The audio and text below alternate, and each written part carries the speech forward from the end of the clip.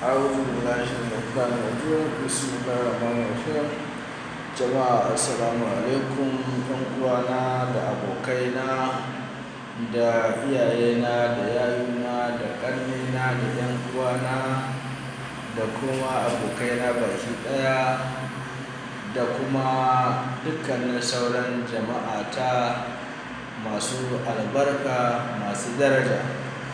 Ina mana barka da juma'a da fatan mun juma'a lafiya. Ya kuke, ya gari, ya gida, ya Najeriya, da fatan dai komai na tafiya daidai.